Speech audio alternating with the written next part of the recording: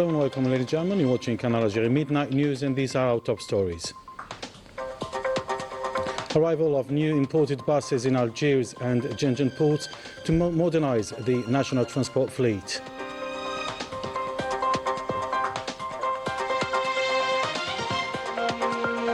And Batash sugar refinery ramps up national production from 100 to 600 tons daily.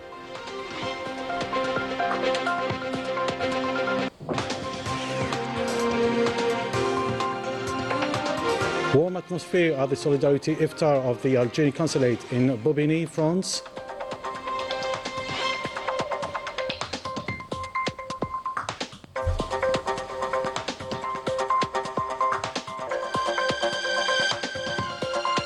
And heavy snowfall and chronic neglect in Morocco leave remote mountain communities cut off and struggling for survival. Welcome back. As part of the implementation of the President of the Republic's programme to import 10,000 new buses to renew the national passenger transport fleet, the Vehicle Industry Development of Ministry for Manufacturing of the Ministry of National Defence received this Sunday a shipment of 338 buses of various types at the port of Algiers. A further 97 buses were delivered at the port of Genghen by Chinese partner. In total, 6,800 buses are scheduled for delivery by the German and Chinese partners, with further shipment expected in the coming days. In a separate operation at the same port in Jijil province, the Algerian industrial complex Tirsam received a new shipment of 262 buses this Saturday, intended to support public school transport. The Minister of State, Minister of Hydrocarbons and Mines, Mohamed Al-Qab, welcomed this Sunday the Special Advisor of the President of Namibia and Head of the Upstream Oil Unit, Cornelia Shilonga, for talks on deepening energy cooperation. The discussion focused on strengthening collaboration across the entire oil and gas value chain, from exploration and production to refining and gas exportation. The meeting was also attended by Karima Bakir Tafer, Secretary of State to the Minister of Hydrocarbons and Mines in charge of mines, as well as the Namibian ambassador to Algeria and senior officials from both countries. Both sides stress that their commitment to build a practical partnership, expanding Sonatrach's footprint in Africa and exchanging expertise and training to support economic integration and sustainable development across the continent.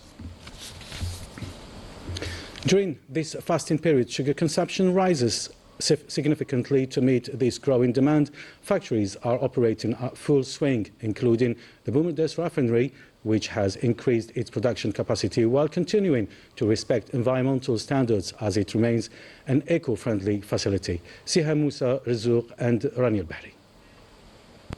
Just over 9 months after the sugar refinery began operating in Arbatash industrial zone, the factory has decided to increase its production to meet the growing demand for sugar at this time of the year. We started with a production of 100 tons per day. Currently, we've increased to 600 tons per day. Our theoretical capacity is 2,000 tons per day, and we are gradually increasing production to reach this goal. Thanks to modern equipment, the unit stands out for its performance and the quality of its production.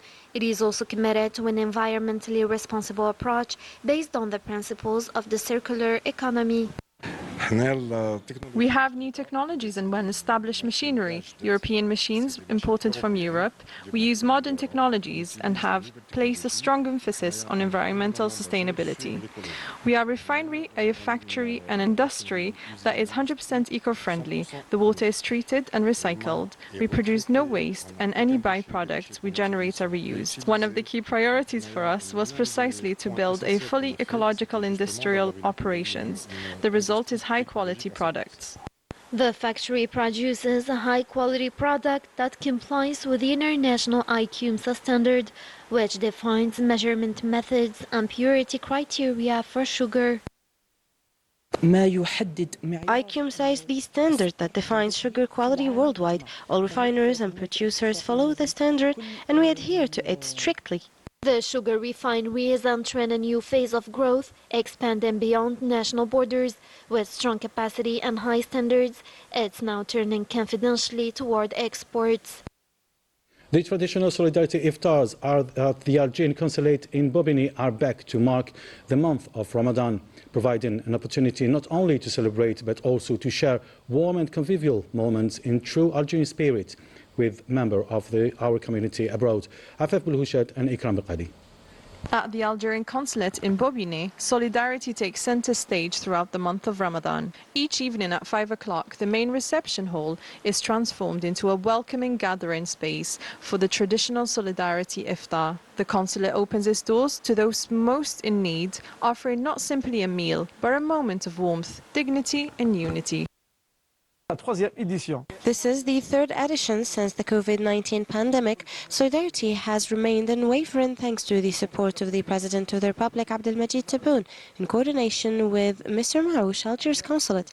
Every evening, nearly 250 people, members of the Algerian community, undocumented migrants, students and those in need, receive more than just a meal, but a lasting gesture of support and humanity.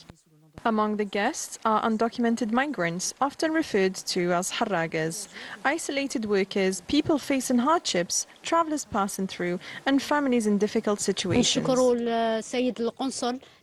Special thank you to the Algerian authorities and the President Abdelmajid Tebboune and the Algerian people for their support with their community, especially undocumented migrants.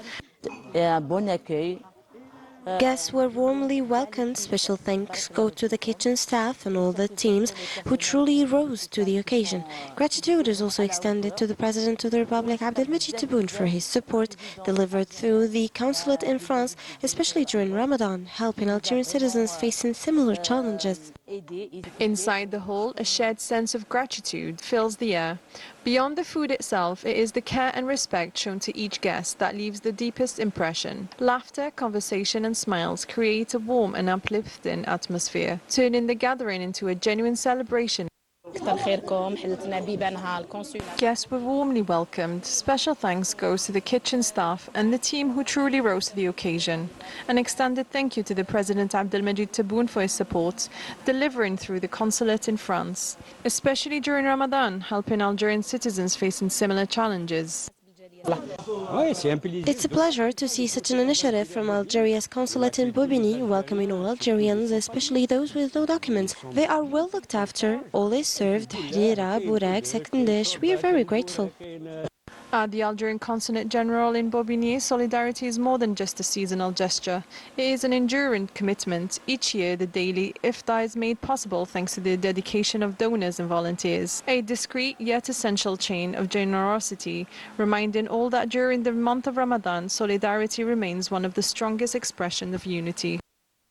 And in Morocco, heavy snow and chronic neglect trap remote mountain communities in prolonged isolation, forcing them to survive without basic services, infrastructure or meaningful state support. Najahtia.